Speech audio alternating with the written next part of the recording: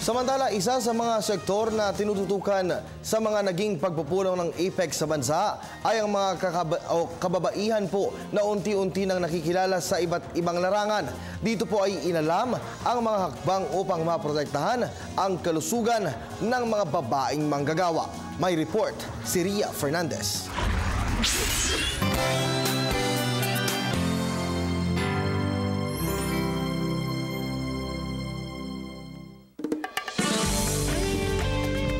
Malaki ang papel na ginagampanan ng ating lakas paggawa para mas lalong mapatibay ang ekonomiya at magandang buhay rito sa Pilipinas.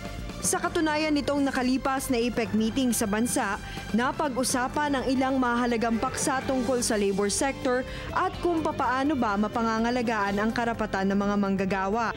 Binigyang diin ni Labor Undersecretary Nicon Fameron magagandang naidulot ng mga pagpupulong sa bansa, lalo na sa sektor ng trabaho.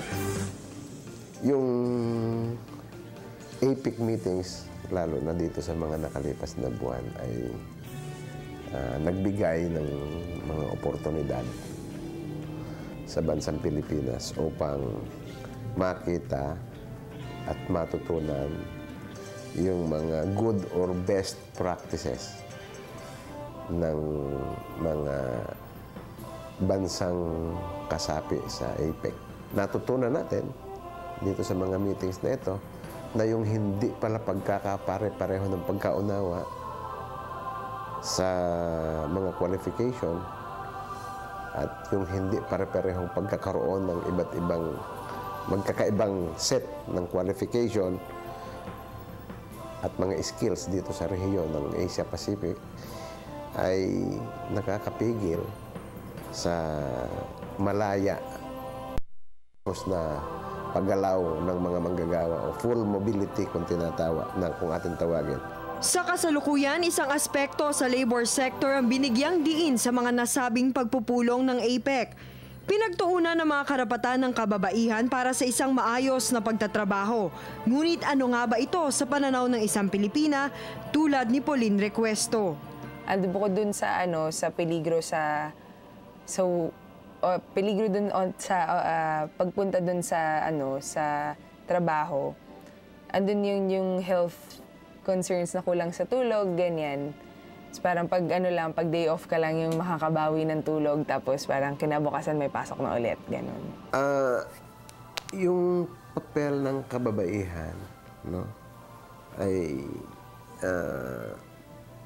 tinalakay din sa mga APEC meetings na ito kung saan ang Pilipinas at ang Amerika ang nangungunang mga ekonomiya sa pagtatrabaho doon sa project na APEC Healthy Women, Healthy Economies. No?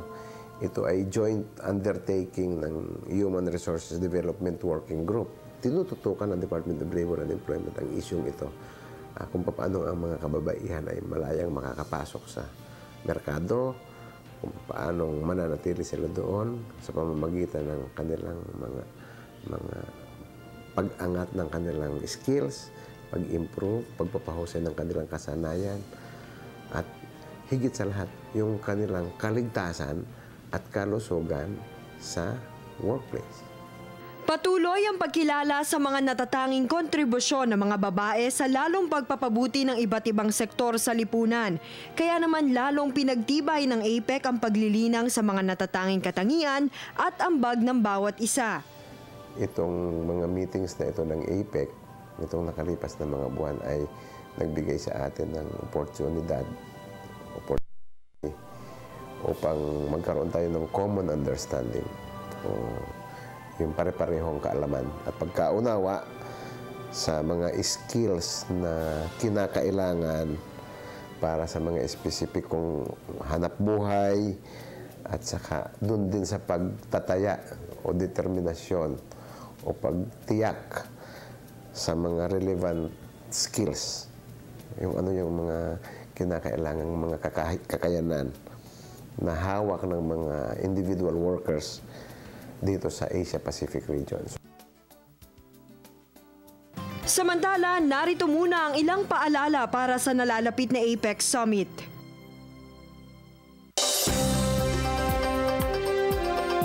Mula November 15 to 20, magpapatupad ng stop-and-go scheme sa Magallanes, Skyway SLEX interchanges, at ilang parte sa Makati, EDSA, pati sa mga kalsadang nakapaligid sa NAIA. Sa tuwing daraan ang economic leaders sa mga lugar, pansamantalang pahihintuin ang trapiko. Pagagalawing muli ang mga sasakyan kapag nakadaan na ang economic leaders.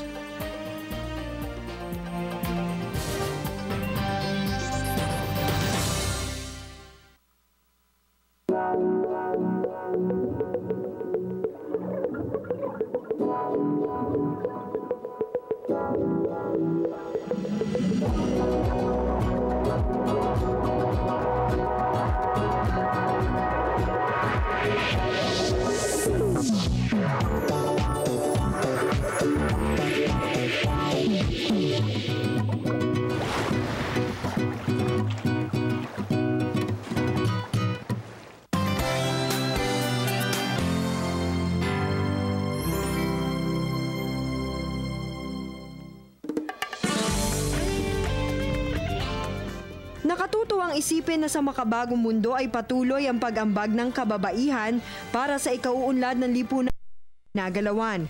Patunay ito ng tagumpay na makakamit kung ang bawat Pilipino, babae man o lalaki, ay magkakaisa at isasantabi ang pagkakaiba-iba.